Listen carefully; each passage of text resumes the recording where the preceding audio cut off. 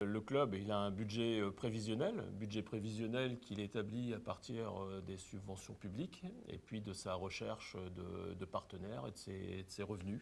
Alors ces revenus, c'est quoi? Ben, généralement, pour un club comme le nôtre, c'est les revenus de la buvette et du clubhouse.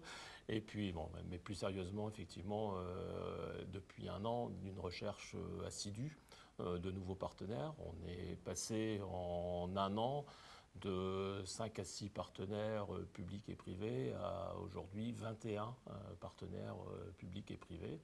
On a doublé quasiment en un an le partenariat privé dans ce club.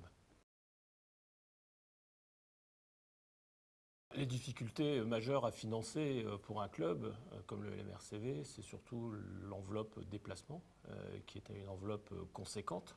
Hein, c'est pas comme un club où on a deux ou trois joueurs. Quand on se déplace à Toulouse, à Montpellier sur un week-end, c'est 30 joueuses et staff qui se déplacent. Donc eh bien, ça a un coût qui est non négligeable.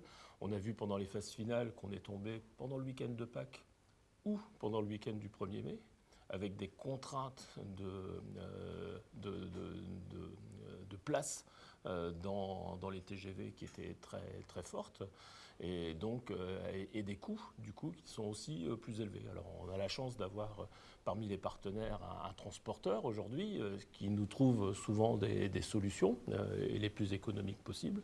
Et donc ça c'est quand même un point très positif, et c'est un peu ce système, je dirais, de débrouille, mais de débrouille organisée.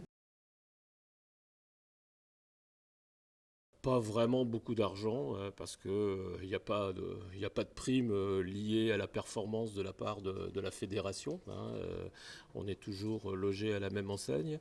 Il y a un partenaire public qui a reconnu l'excellence de notre club avec ce titre et qui nous a versé un peu plus d'argent, mais globalement, on n'a pas touché plus de la part des financeurs publics. En revanche, en termes de marketing autour du club, autour de ce titre, pour nous, c'est un peu plus facile d'aller rencontrer des partenaires potentiels et d'expliquer que bah, finalement, ce club du Lille Métropole Rugby Club Villeneuvois, ces filles sont championnes de France et que ça représente quand même quelque chose dans le paysage rugbystique français. On parle souvent de marketing, mais il faut raconter une histoire, quoi. Moi, dans le domaine professionnel, j'emmène mes interlocuteurs, mes salariés, à travers l'histoire que l'on peut raconter et qui en fait, emmène nos interlocuteurs dans un projet qu'ils n'imaginaient même pas exister.